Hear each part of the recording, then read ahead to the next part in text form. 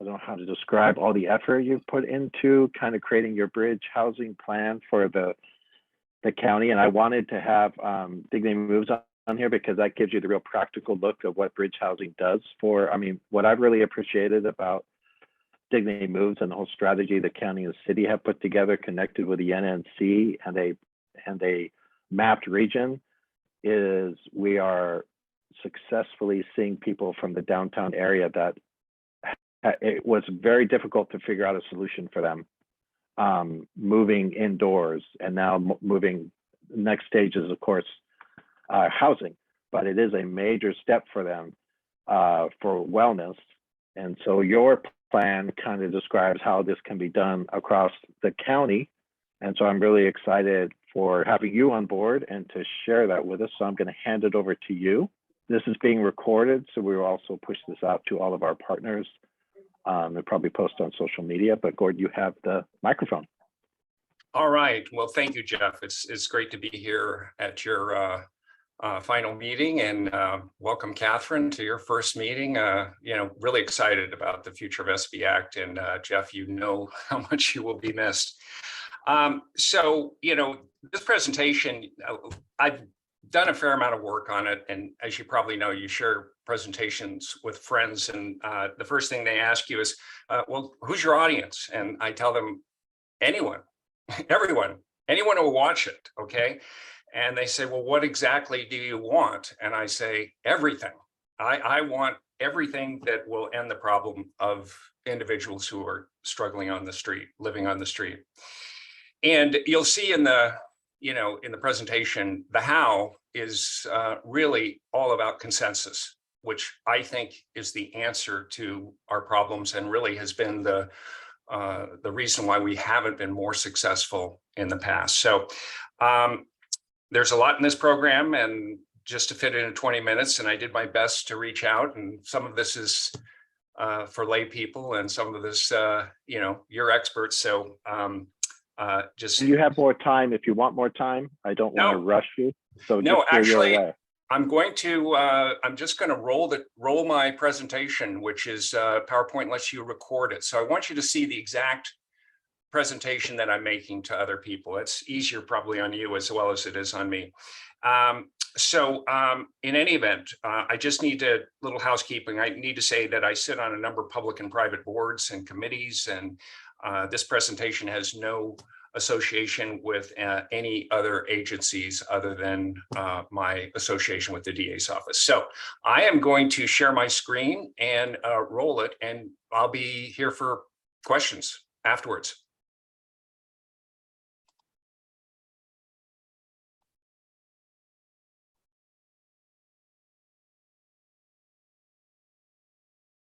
And just let me know if there's any problems here with it. Are you seeing my screen? Hello, everyone. My name is Gordon Auchincloss.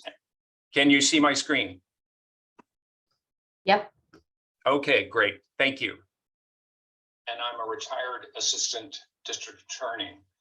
I also currently work as a member of the volunteer staff for the DA's office, and I've been assigned by DA Joyce Dudley to work on all issues involving homelessness at the intersection of public safety and criminal justice. The presentation you're about to see is an action plan that I have presented to numerous stakeholders and agencies over the last couple of years. It's really designed to build support for the idea that Santa Barbara would benefit from ending the shelter gap.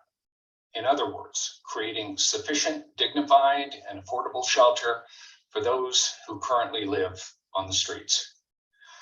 This plan is a plan to address our most vulnerable in our homeless community, while at the same time creating public health and safety for public spaces. And at the end of the presentation, I hope you'll contact me with your thoughts and questions. So let's get started. Fixing homelessness is simple, but not easy. And while I wrote this sentence, it's not original. It's been paraphrased by many other people who know a lot more about homelessness than I do. I hope that after today, as we get through this material, you'll see that while the problem is simple, the solutions can be simple too. They'll just take our commitment and work. The simple part is obvious: creating adequate homeless housing infrastructure with services, which you will see are very expensive. The not so easy part is understanding that we have limited resources. And because we have limited resources, we have to prioritize our efforts. Another issue is political will and supporting our elected officials and addressing the problem head on with bold action and available resources in a manner that will fix it. Finally, community will, which involves education and some sacrifice. But the goal of the community is not only to help those experiencing homelessness. Our community wants to have safe and clean public spaces for all. And that's what this plan offers. So to find the solution to any problem, it helps to have a clear statement of what that problem is. It is unsafe when people live unsheltered. This is the lead statement in our Santa Barbara County encampment resolution, which was unanimously approved by the County Board of Supervisors. It's incredibly unsafe for those experiencing homelessness, who often face serious health issues, including physical disabilities, drug overdoses, mental health problems, alcoholism. Some are in wheelchairs. Many are living in squalor in encampments along travel corridors where they might be hit by a train or a car, all while facing death or disease from exposure. In a word, it is inhumane. Homelessness is also unsafe for our entire community. We've seen an enormous number of encampment fires over the past few years. Fire chiefs tell me that the threats of urban wildfires are much greater than wildland wildfires. And the reason for that is that urban wildfires on a red flag day with winds over 60 miles per hour can just create a swath of devastation through our communities. But there are not only concerns about wildfires. The problem of homelessness also creates public health and safety issues for our parks and beaches, our playgrounds and business corridors, our streams and rivers. In sum, our entire community environment. So how do we address this problem? Well, the answer is pretty simple. 3 words: shelter the unsheltered. These are the words that describe the bridge solution. Full stop. End the shelter gap in Santa Barbara. But the bridge solution does go further, because the type of shelter we're proposing is bridge housing, much superior to emergency shelter. And we'll get into that in a moment. What if we could provide safe, dignified, and compassionate shelter for those who are unsheltered? And not just any shelter, non-congregate shelter with a locked door and private space that is dignified and sought after by individuals who are living on the street. What if we could do that with services that provide food and security and healthcare and applications for benefits that end the cycle of homelessness? What if we could end dangerous encampments? What if we could help end chronic homelessness and homelessness among domestic violence survivors and veterans? And do all that at the same time promoting safe and clean public spaces, which our community is absolutely desperate for. And finally, what if we could do that economically and quickly in less than 3 years? These are the absolutely obtainable goals of the bridge solution. Let's look at the total housing gaps for homelessness in Santa Barbara County. This is a slide from our Community Action Plan, Phase 2. And while it may look a little confusing, I'd ask you to focus on the bottom 4 numbers on the bottom line, which indicate our total housing gaps. On the right-hand side, you'll see rapid rehousing, permanent supportive housing, and long-term subsidy have a total cost of $346 million. plus an additional $22.5 million annually. Unfortunately, those numbers are simply not in our budget. There is nothing on the horizon that looks like it's going to satisfy those costs. However, that doesn't mean we ignore these important elements of our housing plan. When we get opportunities for grants or funding for these parts of our plan, we are working on these opportunities and should seize funding as it becomes available. But 346 million plus 22.5 million a year is simply a bridge too far for us to achieve anytime in the near future. But look at temporary bits. This is our shelter gap. And according to the community action plan, it would take $9.2 million to fill that gap. Now, I think that's too optimistic, and I'll show you why in a few more slides, but even still, anything remotely close to this number is completely doable. We can achieve this. In government, we have a saying that all roads lead to the budget. So let's talk about funding. Originally, the bridge solution relied upon ARPA, the American Rescue Plan Act for COVID, which gave Santa Barbara County and its cities over $174 million. This funding was flexible and available to address homelessness, and while it was petitioned that these funds could provide for a total end to the shelter gap, that didn't happen. In June of this year, the budget was finished, and that money is mostly committed to other projects. But in the future, we're looking at over $2 billion over the next 2 years coming from the state to local governments. And we'll also see more funding coming from the federal government. There's also a robust interest in local philanthropy to help provide solutions to local homelessness. As you may know, the Dignity Moves project on Santa Barbara Street was largely funded by philanthropy. So how much will we get this year? Well, not including the ARPA funding from last year, we got a record of over $42 million of funding for those experiencing homelessness. And this year, it's going to be more than double that, over $84 million. So funding is coming. And even though there are some strings attached, it's up to us to see that the money gets spent where it can do the most good. So given the limited number of resources, we have to prioritize our efforts. Those experiencing chronic homelessness are those who have experienced homelessness the longest. They are the people we see every day living on the street and struggling to get by. And given the compelling moral reasons for helping these individuals, there are also compelling legal ones. The 2022 point-in-time count showed that those experiencing chronic homelessness in our county totaled 565.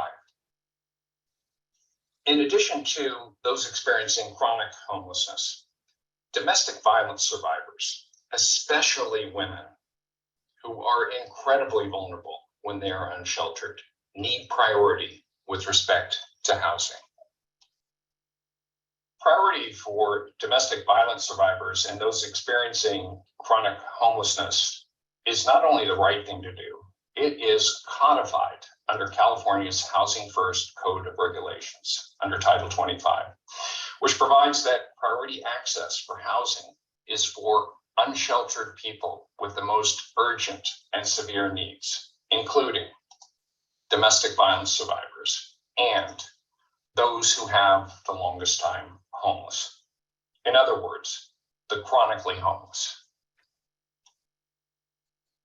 And finally, any effort to shelter the unsheltered should include veterans.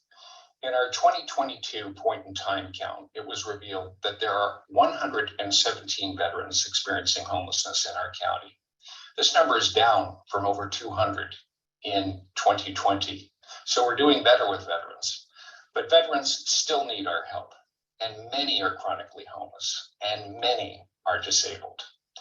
Moreover, veterans are eligible to receive VA benefits under the VASH program, which provides that all veterans experiencing homeless are eligible for supportive housing.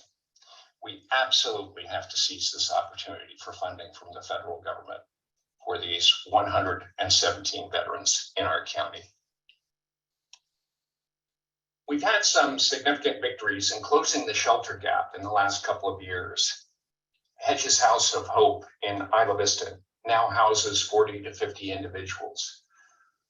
The Bridge House pallet shelters, which were at one point in Isla Vista and then moved to Bridge House in Lompoc. We've got 20 of those and they're up and running.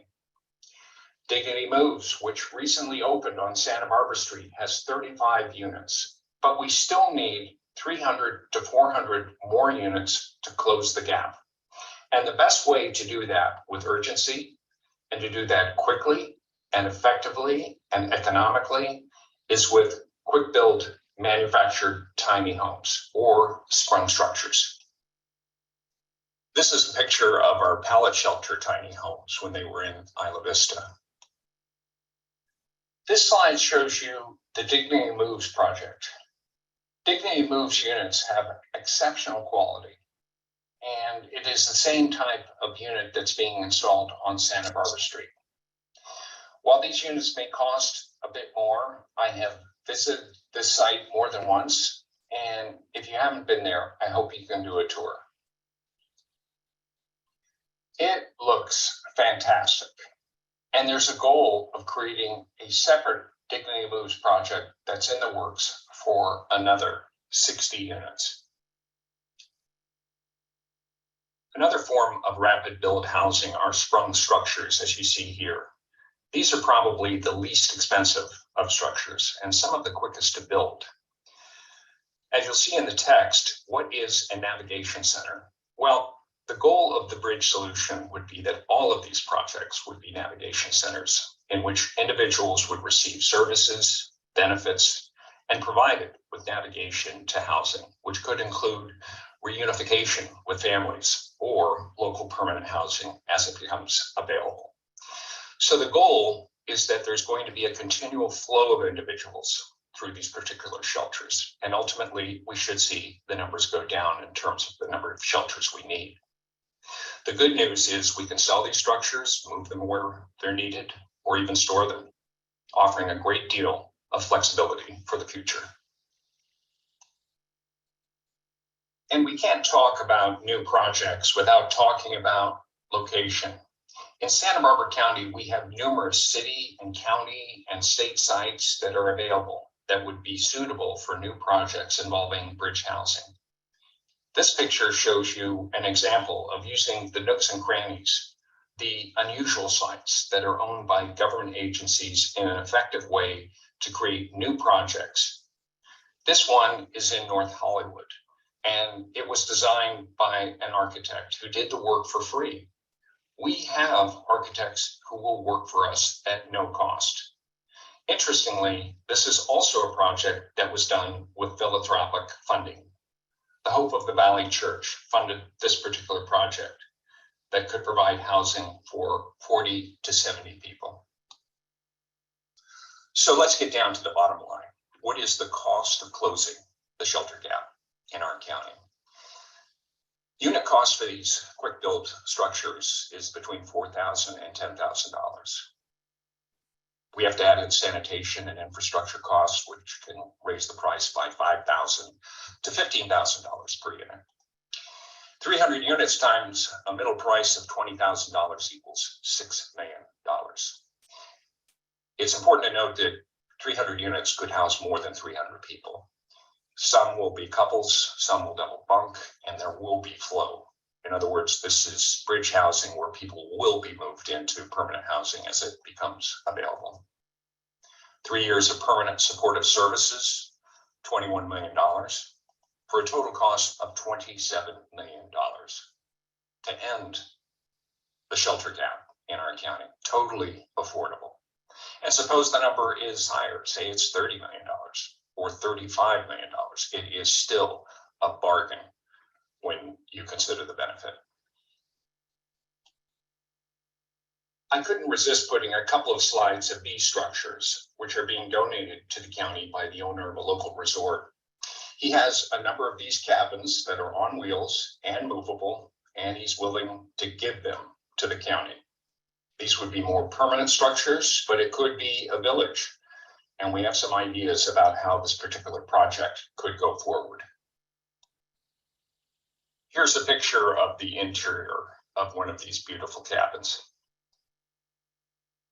So the bridge solution is all about creating a positive out of a negative, creating a win-win solution to the problem of homelessness. First, by creating safe shelter for all, so no one in our county has to sleep in the bushes or on the streets.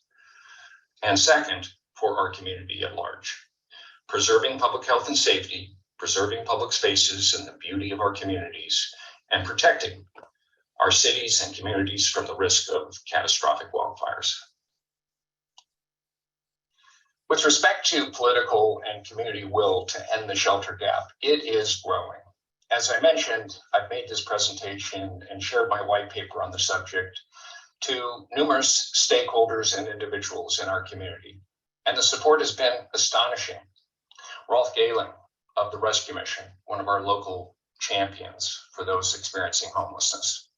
Another champion, Jeff Schaefer of SB Act. You all know Jeff. Path, a critical shelter in our community, is a supporter, as is Chuck Flax, who's a famous name in homeless advocacy in our community.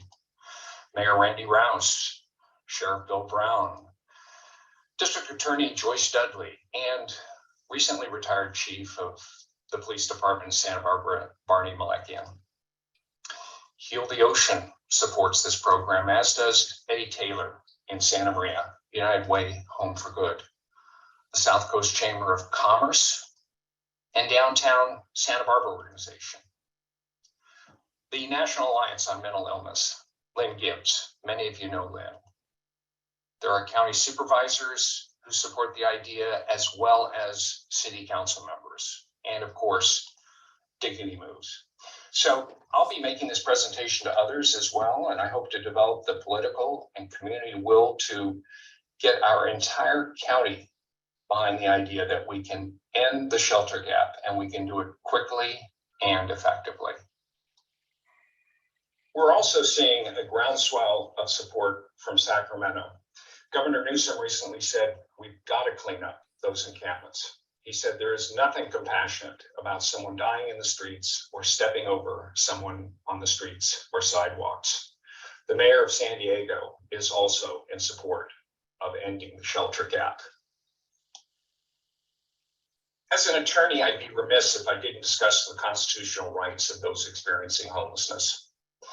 The Boise decision is the main federal case preventing public agencies from enforcing blanket no camping codes without providing legitimate alternatives to those who have no place to sleep.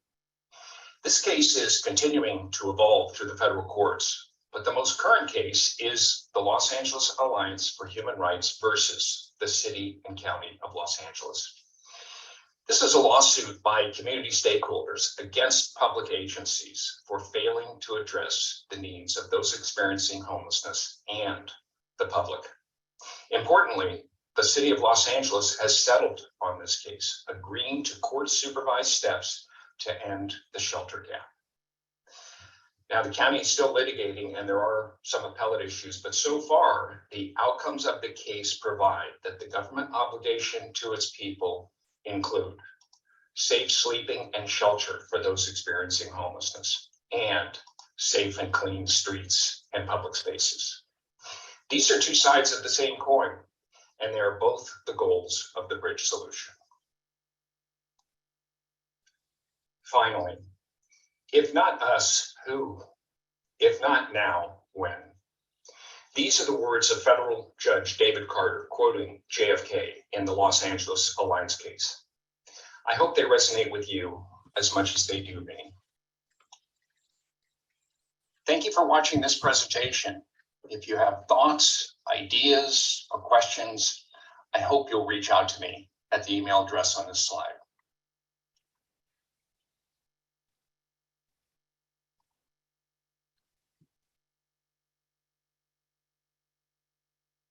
Okay. Questions, ideas, answers. Money.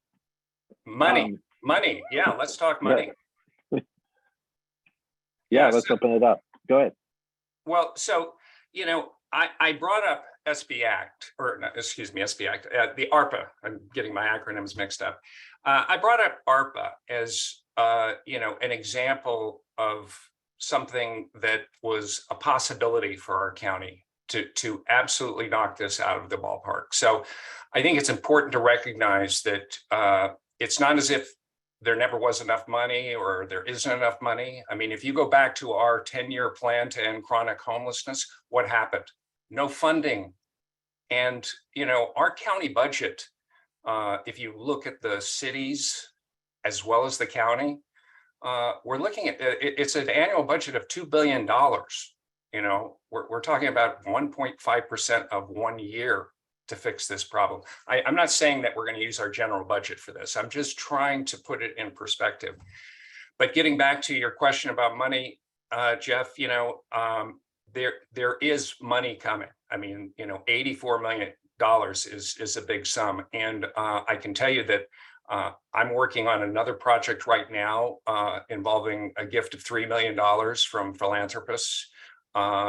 So, we have an enormous reservoir of people who are generous and really have enormous amounts of wealth who would love to make a difference. They just want to know that the money will change things. They don't want to spend money on things that are not going to change things. So, I think that's one of my goals in this whole pitch is that this could change everything if we just ended the shelter gap. It would be dramatic. But it's all roads lead to the budget, as you say. That's right. And it's not easy, but I believe I absolutely know it's doable. It's a matter of will, community and political will. That's really the big issue. The big issues. So Debbie's raising her hand. I'll go to Debbie, and I see Eddie popped on the screen, and he's a supporter of this. Good to see you, Eddie. Maybe Eddie wants to say something too. So Debbie? I just had a question. I run a very small business, and so I'm used to pinching pennies, we'll say. So this question comes from penny pinching. Do each of the units have air conditioning? Absolutely.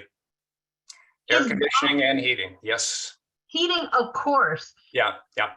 I would wonder how many people actually in Santa Barbara even have. I don't have air conditioning at my home, and nor do any of my neighbors in the neighborhood. Is there some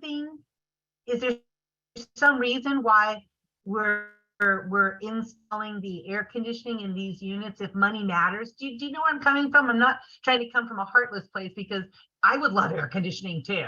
So I'm gonna raise my hand and say, put me in. But would that save any money in the long run? And the second question is, who pays for the electric bills? Okay, those are the the service costs that I threw in there, and they really do need air conditioning. I can tell you that these, with just a roof, and they are insulated, but they have to be habitable. And they also have to be attractive. This is one of the cool things about these tiny homes and private spaces. And I had a great conversation with Emily. I think she's on the line. It's almost frictionless to get people to go into these private shelter homes. It's so much different than trying to get people to go into congregate dormitory style shelters. And God bless our shelters. I'm not criticizing them at all, but I'm just saying that this is one of the issues is you want people to want to live there, right? And air conditioning is absolutely key. So I understand your thoughts. It's a good point. Yeah, I put you on the spot, but I don't know if you wanted to share something. Yeah, I was just scratching my cheek, Jeff. Thank you for the invitation. I was busy with something else and it popped up again. So yeah, Gordon Great presentation. You know, I'm fully supportive of anything that's going to get the chronically homeless and especially seniors off the streets. Right. And I don't give a damn how it's done. Okay, I just Me neither. Me neither. I totally agree. I don't care how it's done. And you also know that I'm always going to push back on you on the funding and get to real numbers, because unlike most of you on this call, and don't sniff when I start saying this, you have to listen to the whole sentence, okay? Jeff's heard it before. There's never been a shortage of money. That's not the problem. It's how we invest the money that we have. And I use, Gordon's a good example for me to use. He and I probably started out, we're about the same age. I'm maybe 10 years older than him. But we started out economically about the same place, and Gordon did a lot better than me. Gordon lives on a ranch. I live in a rancher. You get the picture. It's how we invest the money, but we can't make those decisions till we have the data and we're honest with ourselves about what it really does cost to house a chronically homeless person for a year. So you went pretty fast for me, Gordon, but I did the math in my head and I came up with your supportive services dollars at about 23,000 and change. Yes. So it's a better number than is often used in our county, which even with the most recent encampment funding, the number of $12,000 a year was used. I'd like to know how anybody, that's what we were saying in the 10-year plan back when I started with y'all in 2007. Did I just date myself? And yet, when you look at some of the numbers today, they're based in reality. What we're doing at Dignity Moves, when you look at the service dollars per head that's a more realistic number. So 23,000, I question the number, whether it's realistic enough to maintain. A good question, and I'll tell you how I got there. So our community action plan has a number. I use dollars per day. So that's the number I go with. I haven't worked out in my head what it is per year, but you know, the dollars per day in our community action plan was $45 a day per person. I use $70 a day. The highest number I've heard is $100 per day. There are economies of scale, obviously, and you know, those don't consider philanthropic money coming in either. And so, you know, Sylvia Barnard, as you know, up in, you know, at Good Sam, that $45 number a day figure, as I understand it, don't you know, hold me to this, but as I understand it, that came from her, and what she is, you know, what she needs a day to operate her Good Sam operation. So a lot of it comes from, you know, food bank, and how are you going to gather your resources to get, you know, the food resources, but you know, I don't think $70 a day is unreasonable, especially if you scale it. If you're going to have units of 20 units, your costs are going to go up. If you can increase it to 40, they're going to go down. So that's a component. But as I said, even if it's $100 a day, which is the highest, I'm you know, I don't care whether it's $35 million, you know, to do it. I mean, I still believe it's a bargain. And, you know, the other thing we always talk about is, you know, not how much it costs to fix homelessness, but how much does it cost not to fix it? So, you know, and we know that number's out of the park. So that's one of the aspects of you know, making a real business plan around it. And, you know, forgive the term, but, you know, to me, you have to approach it like a business. I've always said that. And I don't think 70 is high enough, because the shelter is dealing with one population, and what we need to deal with in the streets, whether it's Santa Barbara, Santa Maria, or Lompoc, we have an increasing number of our street homeless, unsheltered homeless with multiple issues. Multiple issues drives cost up in multiples, not of 1 or 2, but 10 or 20. So we have to really look at what are the needs. And I think what's most important to us, where we are now with the AmeriCorps and Home for Good initiative and the direction we're taking, is that we want to drive to more of housing retention, less outreach. We're not, don't get me wrong, don't misquote me here, folks. Home for Good, United Way, AmeriCorps will continue to do outreach, but our focus is moving toward housing retention. The other thing I wanted to comment on, Gordon, is the opportunity with Roger with cabins. That window is closing rapidly. And it would be just a damn shame if somebody couldn't take advantage and at least get 10 of those units out. Use them as ADUs, do something with them. You have to use them in South County, folks. They cannot come through the tunnel. It's not going to work in the north. Yeah. How about mid-county? What Yeah, what you is could go mid-county. Yeah, Jeff, thanks. mid-county? Okay. Well, I've got an idea. I'll try to have some time, a minute to talk about an option. Maybe I want to give another minute. If anyone has a hot question, I want to make sure I get enough time for Aaron, and I think Anais jumped on the call to talk about Dignity Moves as kind of the practical, this is actually happening right now in our community. So Tom, go for it. Hey, thanks, Jeff. Gordon, I've heard your presentation a couple of times. I'm on the chamber board and think you're definitely heading in the right direction. Just 2 questions for you. Now, the first one, you said this will end the shelter gap. I mean, once we've housed the people currently that are unhoused, how do we stop the influx so we don't house all of these individuals and then have several other hundreds of people that need housing? And then second, once this one-time funding has hopefully come up with to put these shelters in place, where does that sustaining funding coming from that obviously is not inexpensive? So answering your first question, we have to look at, the history in Santa Barbara. Our homeless population has been static for 10 years, relatively static. It jumped a little bit with COVID. I don't know why everyone hasn't moved to Santa Barbara, but I do know that we're not seeing enormous increases in chronic homelessness, despite the fact that this is, heaven on earth. With respect to increases, if you build it, they will come. I also hear people say, if you build it, they will never come. So I think our experience in Isla Vista, it was a little bit of a laboratory there where we had tiny shelters that were the first tiny homes we had. We did not see an enormous amount of people, we filled all the tiny shelters, but it was interesting to see that many individuals did not want to move into them. And overwhelmingly,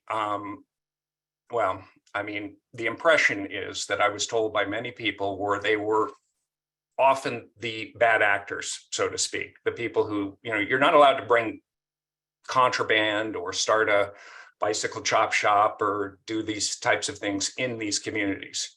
And so there was some, resistance to go into these shelters if the person didn't want to be part of a community. So, I don't think it's quite as simple as appealing as that might be to think that there'll be an endless flow of people just because we have tiny homes. And that's just borne out by limited anecdotal evidence. So it's a good question, but I know that we're not going to get anywhere unless we start ending the shelter problem. And with respect to your second question, the cliffs they keep talking about, what do we do after 3 years? That's a reason not to do anything in county government. That comes up every single time we talk about doing something new. It will cost us something in 3 years. And the ultimate goal is that we're going to reduce our homeless problem.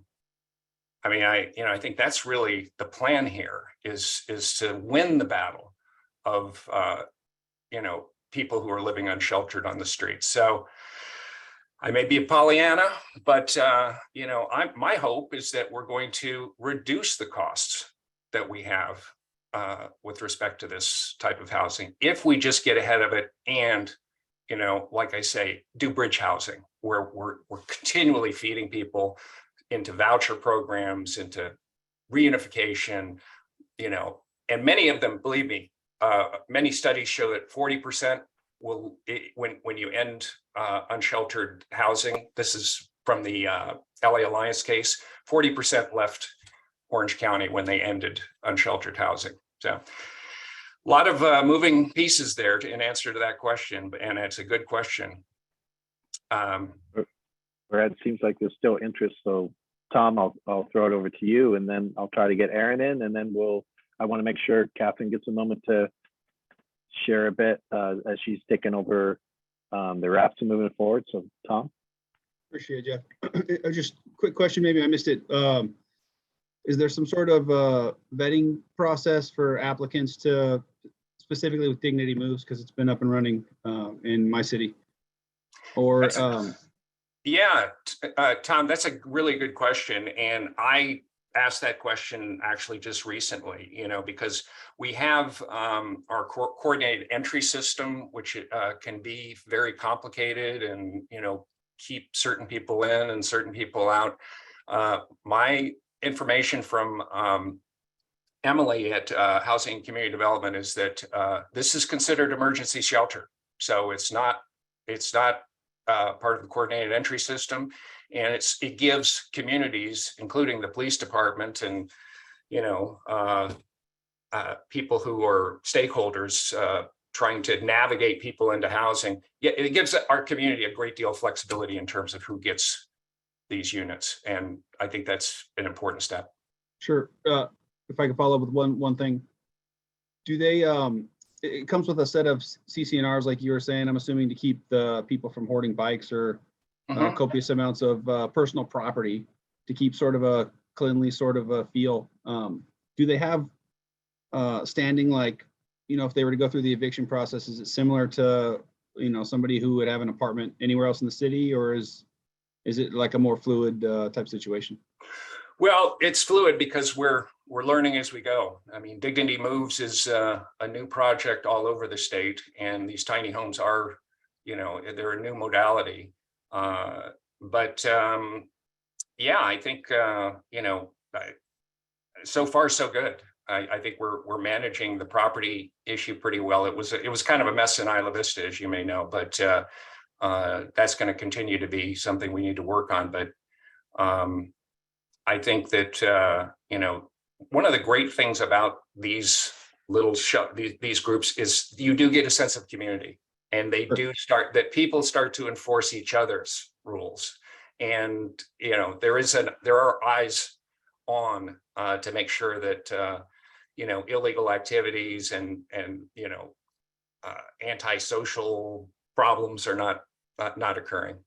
So if the police were to respond for illegal activity, do they have Fourth Amendment protection similar to a residence, or more like a hotel room? Say that part again. If the police were to respond to some sort of investigation or some criminal activity in progress, is there Fourth Amendment protection similar to an apartment, or is it like a hotel room? Nah, you got me. I think Aaron.